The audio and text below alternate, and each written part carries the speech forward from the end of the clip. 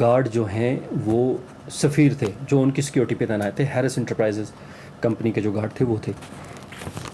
اب اس ساری صورتحال میں میری جو ایکسپرٹ سے بات ہوئی ہے, جو میری تفتیشی سے بات ہوئی ہے اس کیس کے حوالے سے, اور جو میری ہائیت سے بات ہوئی ہے, اب اس میں ایک چیز یہ ہے کہ زبردستی جو ڈاکٹرز بھی ہیں اور جو اس چیز باقی جو ڈاکٹرز ہیں, جو باقی اس چیز کے ایکسپرٹ ہیں, جو انویسٹیگیٹرز ہیں, وہ اس نقطے پہ ایک چھوٹا سا اعتراض کریں کہ جو کچھ بھی ہوا غلط ہوا, لیکن اس طریقے سے اتنا آسانی کے ساتھ زبردستی کوئی ریپ کر نہیں سکتا, وہ بھی دونوں جانب سے. جس طریقے سے وہ کہہ رہی ہیں کہ بڑی آسانی کے ساتھ وہ ان کی چھاتی بھی مسلتے رہے, بڑی آسانی کے ساتھ انہوں نے ان کے بیک سائڈ پہ بھی انٹرکورس کیا اور ان کے فرنٹ سائڈ پہ بھی انٹرکورس کیا, اور انہوں نے کنڈم بھی یوز کیا. اب یہ ساری چیزیں جو ہیں وہ تھوڑا سا اس کیس کو مشکوک بناتی ہیں, اور ایکسپرٹس یہ کہتے ہیں کہ ہو سکتا ہے یہ پاکستان کو بدنام کرنے بھی کی سازش ہو, کیونکہ سویڈش لڑکی ہیں, یہ اس میں اسپیکٹ بھی ہے. دوسرا یہ ہے کہ جس طریقے سے ہوا ہے یہ زنا بالرضا تو ہو سکتا ہے,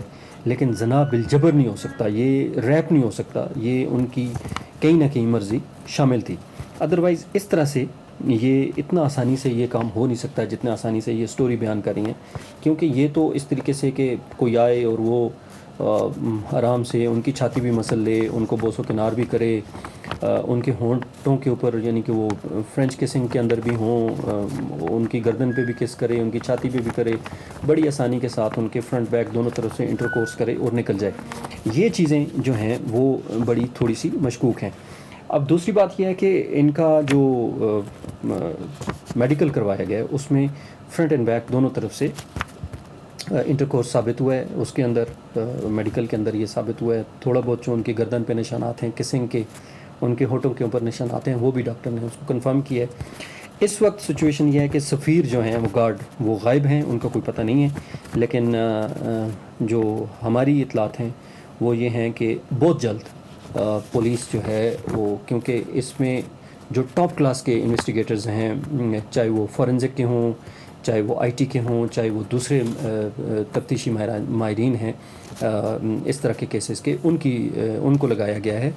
یعنی کہ تھانہ اپارہ سے ہٹ کے جو پولیس کے کام کرنے والے لوگ ہیں, سینئر جونیئر, وہ سارے اس کیس پہ لگے ہوئے ہیں. بہت جلد محمد سفیر کو گرفتار کر لیا جائے گا. محمد سفیر کو گرفتار کرنے کے بعد ہی ساری صورتحال ہمارے سامنے آئے گی کہ یہ زنا بالرضا تھا, زنا بالجبر تھا, یا جو بھی ہوا وہ اس کی نوعیت کیا ہو سکتی ہے. اور اس کے بعد ایک اور اہم مرحلہ ہوگا, کیونکہ اس میں جو میڈیکل میں جو چیزیں ثابت ہوئی ہیں, آگے چل کے فورنزک میں اگر ان کے اوپر, کیونکہ جس طریقے سے یہ بتا رہی ہیں کہ انہوں نے کنڈم بھی یوز کیا, تو کنڈم یوز کرنے کے بعد جو فورنزک میں جو چیزیں آتی ہیں وہ ان کا جو میچ کرنا ہوتا ہے, ڈی این اے میچ کرنا ہوتا ہے, وہ بڑا مشکل ہوتا ہے. اب دیکھنا یہ ہے کہ ڈی این اے اس کے پکڑنے کے بعد سب سے اہم مرحلہ یہ ہوگا کہ وہ ڈی این اے میچ کرتا ہے یا نہیں کرتا. اگر ڈی این اے میچ نہ ہوا تو پھر کیس ادھر کا ادھر ہو جائے گا, لیکن زنا اور اس کی تو جو ہیں وہ تو اپنی جگہ برقرار رہیں گی, لیکن کیس جو ہے وہ انتہائی کمزور ہو جاتا ہے اس طرح کے ایویڈنس کے بعد. اب آگے چل کے دیکھنا یہ ہے کہ کیا ہوگا. فی الوقت جو اس حوالے سے ہمارے پاس تفصیلات تھیں, اس سے جڑی چیزیں تھیں, وہ ہم نے آپ کے سامنے بیان کی ہیں. اگلے پروگرام تک کے لیے شہزاد ملک کو اجازت دیجیے. اللہ حافظ و ناصر.